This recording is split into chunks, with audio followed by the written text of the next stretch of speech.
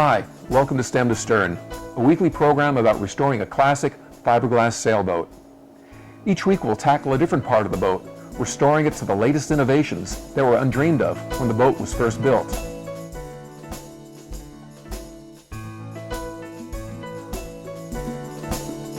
Some of the systems and parts of the boat we'll cover will be navigation, engine, hull, rigging, electronics, and the galley, to name just a few. At the end of the series, we'll show the true joy of sailing. The boat we've chosen is a well-respected, well-built boat of 25 years ago, a Pearson 323, known for its comfort, capability, and style. These are some of the reasons why the 323 became so popular. It stressed value combined with efficiency at a moderate cost. Back in the early days of fiberglass boat building, the designers did not know the long-term strength of fiberglass, so they overbuilt them, making them a viable sailboat even to this very day. Since most of the hull is usually underwater, you need to haul the boat out, get it on dry land, to check out the condition of the gel coat, the through-hull fittings, the keel, and the rudder. The hull is continually exposed to the unrelenting corrosive effects of salt water, accidental bumping into docks and reefs, as well as marine growth. The cockpit is where you spend most of your time, whether sailing, motoring along, or enjoying a dinner in a tropical lagoon. In addition to being the steering station, it's the place where you and your guests can relax in comfort.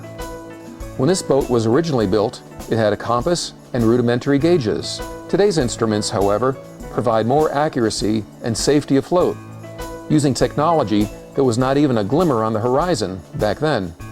Nowadays, you can have a GPS system, wireless internet access, and even computers. Gasoline engines are out of date on modern boats. One of the renovations on our project will be changing from an old-style gasoline engine to a modern diesel engine. A diesel engine is much safer than the highly flammable gas engine. For long-range cruising, they're more economical, dependable, and easy to work on. Its simple design will allow it to last far longer as well. In fact, all contemporary boats have inboard diesel engines. Okay, I'm sure you're dying to ask, how about the bathroom? Well, on a sailboat, it's called a head, and we're going to update to the latest marine waste system.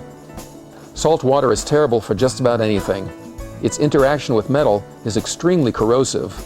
So, we'll be replacing the sink, the shower, and all the fittings, from corroded metal to modern plastic. Just as a kitchen in a house, the galley is the focal point below decks. Whether you get your ingredients from the local grocery store or from the bounty of the sea, a well-designed galley will let you prepare a simple snack to a gourmet meal. Way back when, it was common to have a pressurized alcohol stove. The big problem, however, was that the pressurized alcohol was dangerous. The slightest mistake, and you've got a floating fiberglass barbecue.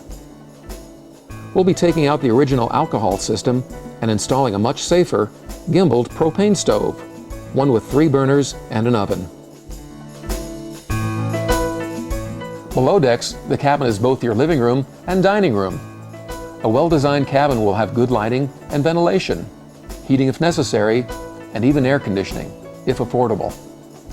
You can make your cabin as charming and inviting as any home ashore with the latest stereo, TV, DVDs, you name it. We'll show you how to customize your interior by refinishing your woodwork, recovering your cushions, and updating your lighting. When you're on the water, there are no streets or highways with a yellow line down the middle, no street signs to help you out, and no convenience stores that can tell you where you are. When this boat was built, most people used just a sextant and a compass to find out where they were and how to get where they wanted to go.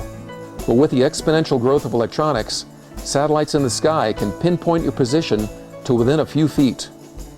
Onboard computers can give you instant weather facts, and digital autopilots that can steer your boat for thousands of miles. We'll need to update our sail inventory. Our boat originally came with a mainsail, a jib, and something called a 150 Genoa. After years of being on the water, the sails have been exposed to the extremes of wind, sun, and strain. Underway, the sails are the engine of the boat, giving it speed and stamina. In addition to the original set of sails, we'll be adding a spinnaker for when the winds are light. Now we'll enjoy the fruits of our labor. Whether day sailing or long-range cruising for weeks at a time, we'll be confident and comfortable in our updated cruiser. Thanks for joining us, and we look forward to seeing you in the weeks to come.